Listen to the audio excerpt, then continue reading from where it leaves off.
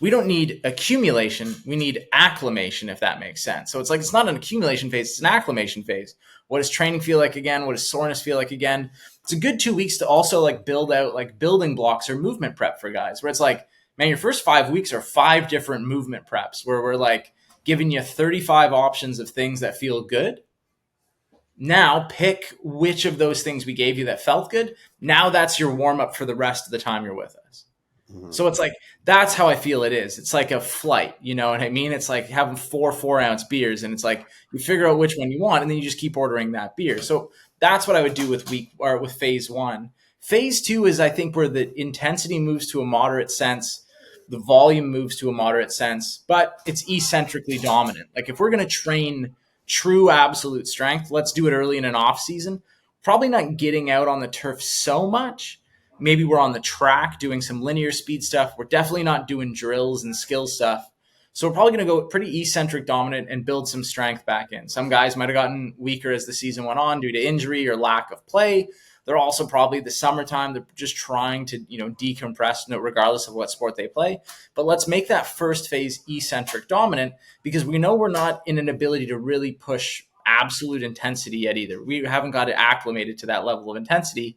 So if I can only load this guy 70, 75, 80%, I got to find the intensity elsewhere. If I find it in tempo, I don't have to increase the overall volume.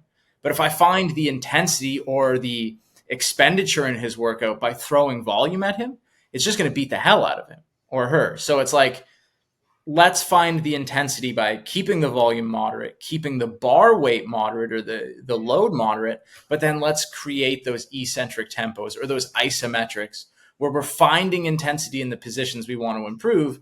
But again, we're not just throwing like gross amounts of volume at people to make them tired. So that's where I think you have the option. It's like phase two, eccentric dominant, moderate intensity. So we're doing like lots of tempo squats, lots of slow eccentric deadlifts or RDLs. And if we do want to put a power component in that program, maybe it's an overcoming isometric, where it's like, we're not loading the bar yet. We're not going to double the volume here. But what we could do is we could pair, pretty eccentric dominant movement with something that's overcoming. And it's like, all right, I'll give you 5 seconds to pull as hard as you want. And then we're going to go through some tempo posterior chain stuff. So it's like, let's find capacity, in length and positions or in those positions where we're creating length.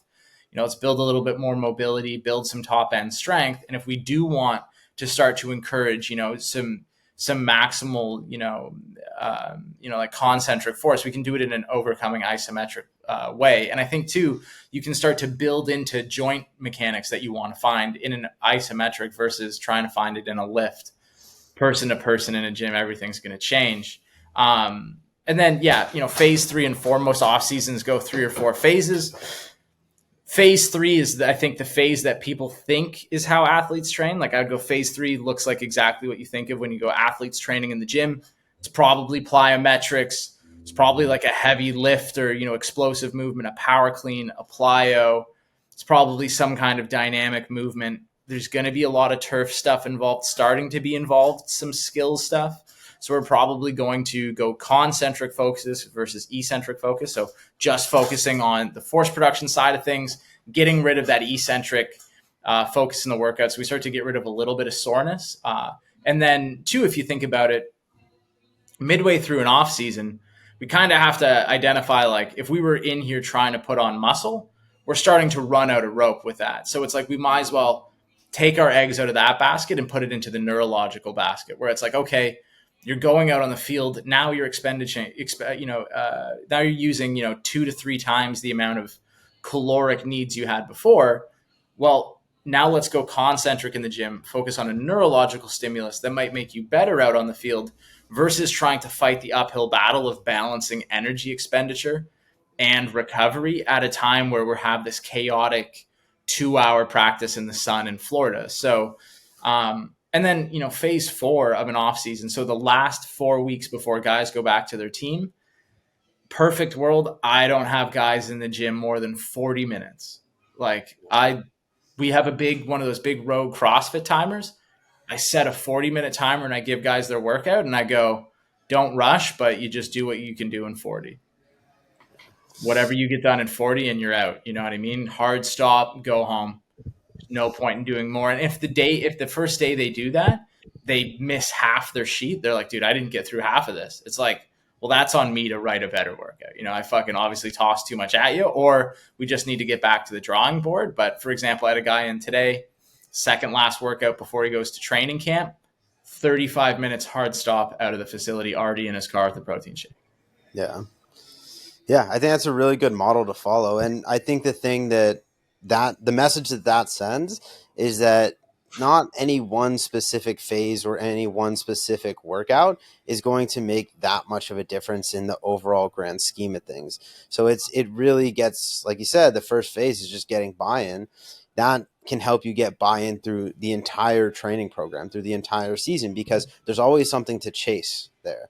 And I think that's something that, yes, you can understand as you speak through it, but physically, these athletes need to be able to understand it through feeling it, right? They need to be able to feel a change throughout the progression of this program. And if, they come in off of a tough season and they're feeling a bit beat up, they're not going to have it in them physically or mentally to come in the gym and do like power cleans and box jumps and like sprints. Like that's just not, it's not realistic in by any means. So I like the idea of going through with that timeline that you mapped out, and that's something I want to touch on in just a minute. But going through and being able to have this kind of prolonged assessment where you're starting to get people, you're starting to understand how people move, where each individual lacks. And that's another part of this too, that like I'll reiterate, there's a lot of online coaches that listen to this, and they do this stuff, through spreadsheets and video assessment and stuff, but in this scenario, there's no substitute to being with someone in the gym real time, Mm-hmm. because the higher the stakes are, the faster they need that feedback. Like they can't be setting up a tripod and going through an entire workout. And even though I just said not every workout matters, but it is very time sensitive, Mm-hmm. because when you sketch out this timeline, that's probably like an 8 to 12 week timeline that you just Yeah. sketch out in like the ideal situation. In your opinion, how many times do you get the ideal situation? Like how many times do you get guys that you get to work with for 12 weeks straight and map out this entire progression? Never. Like you got to think it's their summer too, right? So like you're not, that whole 12 weeks isn't happening, or it's not happening under your supervision. Like guys are going to take a vacation. They're going to have mini camp or OTAs. They're going to have maybe a private camp they go to once a year, like a retreat that they do with their friends. So yeah, like even, yeah, say we have 16 weeks to get through 12 weeks, we get 8 of them. Yeah, and that seems a lot more realistic. And like a lot of these guys, like the further they are in their career, the more incentivized they are to actually Yeah. show up and understand, or like the closer that contract renewal is coming up, like it's, yeah, they have a pretty good incentive to kind of buckle down and get through all this stuff, because they've been through it and they know what it feels like to go into the season feeling fresh. They know what it feels like to go into the season feeling beat up. So there's a lot more buy-in around that. But kind of getting back to those phases that you mapped out, it's, I think, going through an extended kind of buy-in assessment phase that sets you up for success and having more meaningful training down the line. And then, as you described it, like a more eccentric dominant phase, that's something that I think applies to anyone that has a training deficit, whether Yeah. that's in terms of positions, like in terms of range of motion, in terms of strength, in terms of rehabbing an injury. That's going to be the lowest hanging fruit in terms of having progress with and creating a quality that then you can start to build on top of through concentric movement later on. Like Yeah. a big one that I encounter is people that have a lack of range of motion or stability in the overhead position. Yeah. They, you can't just kind of ask them to concentrically get into that position. You can't do kettlebell bottom up press or landmine press and expect that to have a reasonable impact on what they're doing.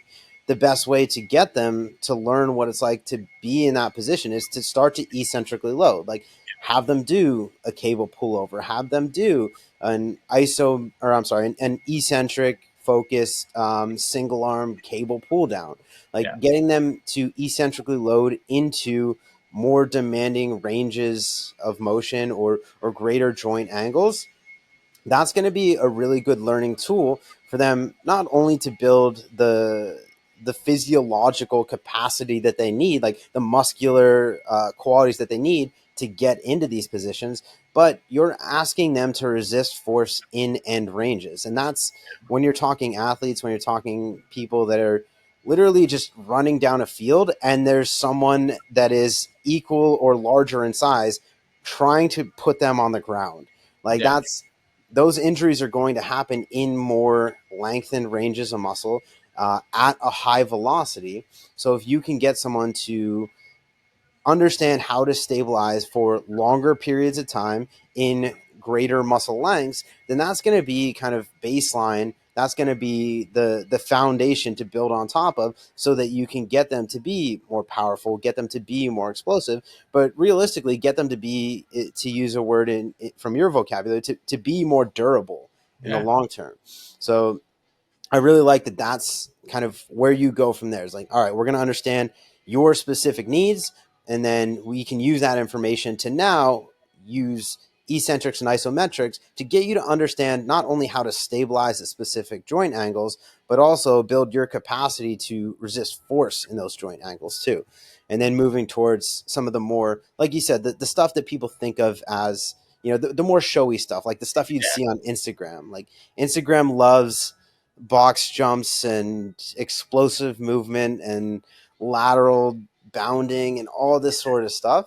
Um, but I think that's the stuff that it's like people posting their 1 rep maxes almost on Instagram. That's like kind of a parallel to the phase of training that you would see, is that, yeah, that's the cool stuff. But it takes a lot of work on the front end to be able to get someone prepared and get someone ready for that to be an appropriate phase of training, especially when we're talking people that are athletically gifted and naturally gifted, so that they can produce a lot of force and they can perform in those scenarios whether they're ready to or not.